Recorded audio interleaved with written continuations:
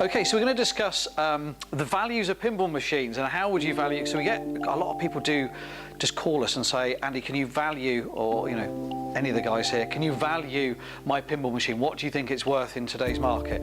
And it is a really difficult thing to do. I think the most common thing to compare it to is classic cars, which has sort of seen values of certain cars sort of skyrocket, and it's really based upon scarcity and demand. So supply and demand decides the prices, and within that really it depends upon the condition of the actual machine that you've got. So if you go back through time, through the older sort of machines, there can still be some demand for those. So we've got an example here, is 8-Ball Deluxe. So it's probably the oldest machine we've ever been selling, but we get really strong demand for 8-Ball Deluxe because it is quite an iconic game.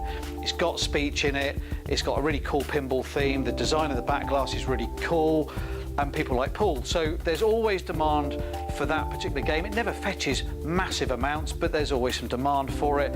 But then you've got to compare it to the condition. Because of its age, it's early 80s, they can be quite well worn, or they've been restored, and then it's down to the quality of the restoration work that's been done to it. How well has that been done, and how original is it? So like with classic cars, again, the ones that will pick up the most money will be the ones that are the most original.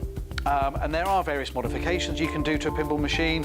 You might change it to LEDs, you might add bits to it. That could reduce the value of it in the eye of the buyer, but it always comes down to what people will pay for it and how many machines are around. So let's give you an example. So Circus Voltaire is not a licensed machine. It is one of the most recent of the machines that Williams made. So 1997 it came out. They only made 2,700 of these, and you've got to think, okay, of those 2,700 machines, most of them would have been in the US market, some would have come to Europe. How many actually made it into the UK? And then how many have survived in that period of time, so the sort of 20 odd years since then? They would have been in service. They would have pretty much all gone into commercial premises, and it's how well they've been treated, how often they've been moved in and out, and how well they've been looked after and serviced will then dictate how many are actually even available in the market. And with Circus Voltaire as an example, is because it is a great pinball machine, people do love to collect them. People that have owned them, often when they sell them, they want to rebuy them. I've done that myself with my Circus Voltaire. And therefore they do command really, really high values because of the quality of the gameplay. They do look amazing. There aren't that many around, and so therefore they do pick up quite a lot of money. So it is difficult in a video for me to answer for you, how do you work out the value of a pinball machine?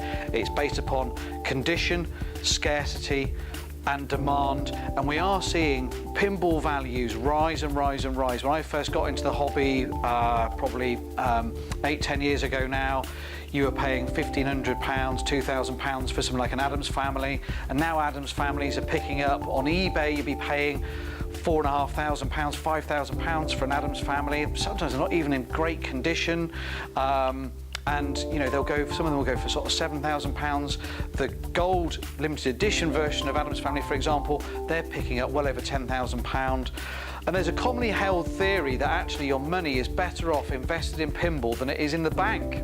Because of the low rate of interest right now, you could buy a pinball machine, look after it, play it, have fun with it, keep it for 3 or 4 years, and it will probably go up in value. Now, I'm not giving you financial advice, clearly. Do not come back to me saying, Andy, you told me to invest in pinball machines and that was the best place to put my money. But we do get a lot of customers saying, well, what is the most valuable? What do you think will be the best value in the future? And we'll try and advise you on that and help you. But you can look at the market, see what's out there, see what's in demand.